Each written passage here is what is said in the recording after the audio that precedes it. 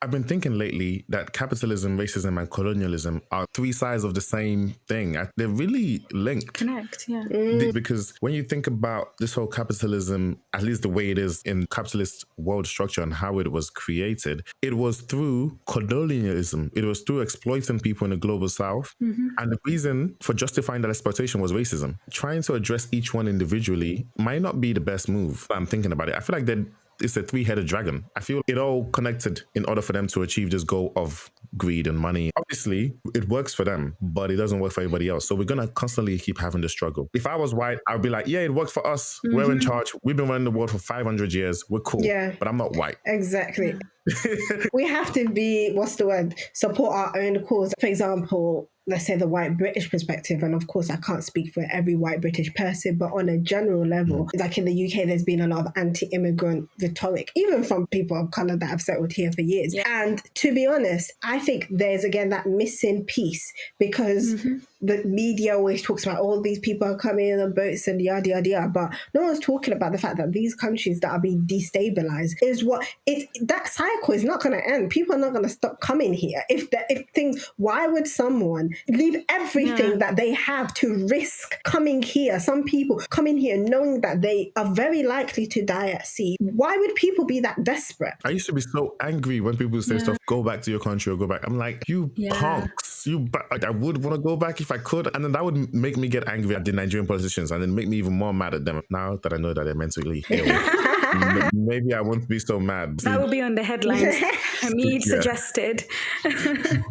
Yeah, but before, when people say that, I'll just look at the politicians, I'm like, the politicians are the reasons why these people can talk to me like this. But it's true though. It's because, again, there's never that accountability of actually the things that are going on politically and etc. Accordingly, we're just seeing the result. I can understand if I was someone who I didn't understand about all these dynamics. Like, why are all these people, why can't they say they can't?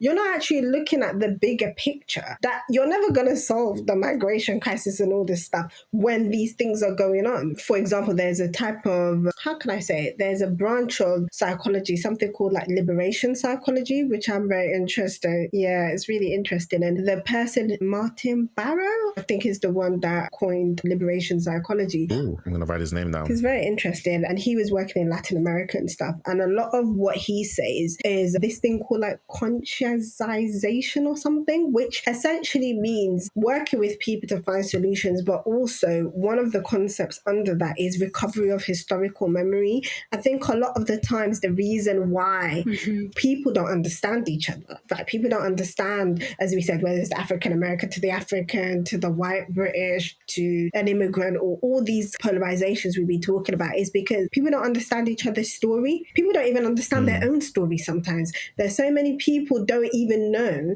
their own family history and what things have led to things and how all these political and each one of our families, it's created a trajectory that's landed us in the UK. Right? Yeah. It's created something, and a lot of us don't know that, but we just know the result. We know we're here, and we're just told, okay, you're here, you're British now, you're Black British, and that's it, as if there's not a story behind that. Okay, how did Black people end up in Britain? What happened? What is the story behind that? So I think that a lot of that work actually encourages psychologists, while working with especially minoritized populations or oppressed people, to actually help them recover their memories, in terms of like that person necessarily, let's say, had a trauma. They might have not. But actually these historical memories that had been hidden away from us or are just not talked about. You know what I can't stand? I can't stand people that deny that. I have so much more respect for people that are openly racist, like Donald Trump. Honestly, I think this is why a lot of people like Donald Trump. If someone from the, one of these MPs or House of Commons, these privileged white men say something like, yeah, we went over, took your stuff because we're stronger, and now we're running things. I'm like, I respect that. That's fine. I'm still going to fight you, but I respect that. But then the ones that are just like trying to spin things, you explain to them what the reasoning is and they pretend they don't hear you. There's nothing that frustrates me more than that. And I've seen that a lot when I watch these Israel-Palestine debates. People are constantly, like, someone from the Palestinian side lays down the fact, and then someone from the Israel side pretends he doesn't hear, and he just shifts the goalpost or something else. And I'm uses the same argument. You're being very anti-Semitic. You don't want Jewish people to have a safe place, when we know for the audience, there's a difference between anti-Semitism and anti-Zionism. Zionism. White supremacy is so infiltrated, right? Whether it's, I think the Israeli-Palestinian conflict is an example of that. So many. That's definitely white supremacy. Exactly. No one is telling me anything else. This is just colonization in our front, In our faces, eyes. literally. We see it. Nobody can tell me nothing else. This is literally evil. It's a genocide. Exactly. A flipping genocide. But I think there are certain things that, obviously, this is something we're seeing in real time right now. So there's a lot of passion because we're literally seeing it like on the news. We're living through this. This is not the past, this is the living present. I think one of the ways people cope with racism is to pretend it doesn't exist. It's like what I was saying, like the alien self and the anti-self. So some people just pretend that, right, it doesn't exist. Everything's equal. We live in a society where if you just work hard, you could get everything. So if you don't get it, that means the fault is on you because everything is equal. So I think people have different coping mechanisms to deal with racism, right? Say, definitely different coping mechanisms, defense, exactly, fantasy, projection. So many can keep listing. I put something on my Alafia Project page a few weeks ago where I was talking about fight-flight response, right? And that for some people is a response to racism. Like Hamid is like, no, I'm gonna fight. I'm gonna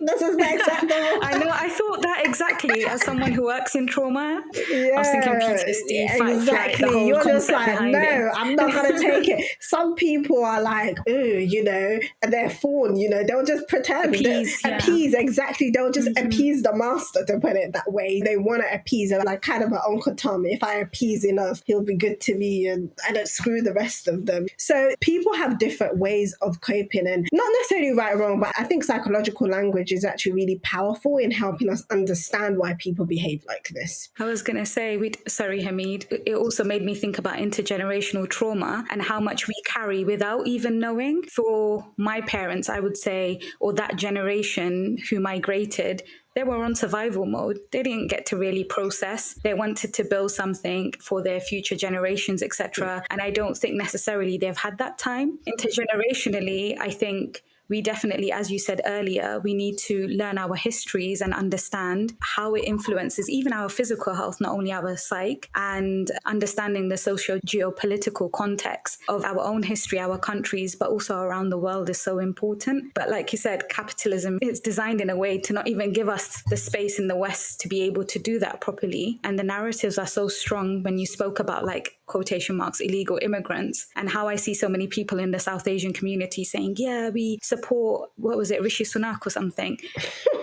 The UK accepts the lowest number of refugees than any other European country. But does anybody know that? Even the term illegal immigrant isn't even a legal concept to use. But yeah, it's interesting how dominant narratives even influence the people of the global majority. And there's like a separation, like, yeah, but I came earlier. Exactly. As if it makes us better, right? It's so crazy. Uncle Tom behavior right there. As I said, it's a mentality. It's not Black people. You're not born with this kind of consciousness, or people of color, the global majority, because as you said, some people, they've got the same skin tone, but they feel like, yeah, we did it the right way. But when you came in the 1970s, I know, for example, my granddad came to the UK. When he came in, I think the late 50s, I don't think Nigeria had independence. They just came. They actually came as part of the whole, like, rebuilding the wall effort and things. And none of them even thought they wanted to stay. They came here and they went back. A lot of people went back. They didn't see Britain as their home. So many things have changed geopolitically that actually made a lot of people actually return to the UK. It's crazy. I was just going to challenge a little bit of what you said, Caltho, when you said the fight or flight response, like when you appease them, those in charge, and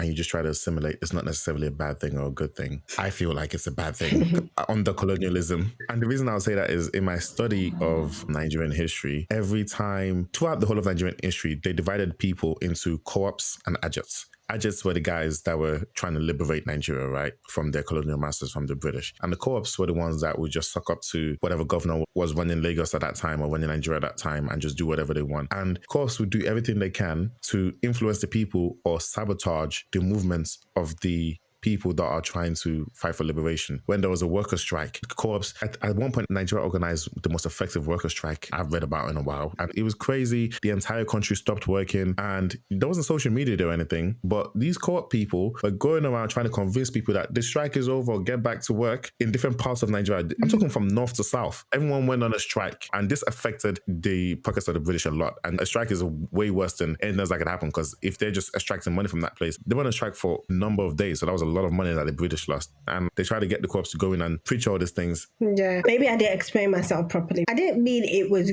good. What I meant is that I think these psychological concepts, they can help us understand why people behave the way they behave. Not necessarily that it's a good thing, but that sometimes you need language to help you say, okay, why did these people decide to betray their own people for short-term gain? What is going on? There's something there about, perhaps, obviously there might have been short-term monetary gain, but also maybe succumbing to white supremacy and believing that we need these white masters, right? And we should just appease them, right? We should just do what they say because they are better than us. They're cleverer than us. We are not as efficient. Sometimes there's that internalization of that self-hatred that people have gotten. It doesn't make it right, but I just think personally it can help to understand, like, why would you do something so stupid? Why would you do something? So I think if a lot of these people, if they could have looked into the future and seen the state of things now, I think maybe they would wake up and see the impact of these things, the seed that is left has been devastating on Nigeria in the long term, right? That is what I meant more anyway. Yeah, no, I hear you. It's context, understanding things in its context too. That's important. And as you said, Kotha, is about being able to give language to certain behaviors, because not everyone's going to have the same mentality. As we know now, people will say, oh, it's really sad what's happening in Palestine, Congo, Sudan, anywhere else. But like they are too overwhelmed, or their defense mechanism doesn't allow them to go beyond that, versus other people who are really curious. I want to understand this. What can we do? That's why we have different personality types. And it all goes back to our context and our upbringing and our innate personalities as well. And then there are others who sell their soul to the devil. Truly.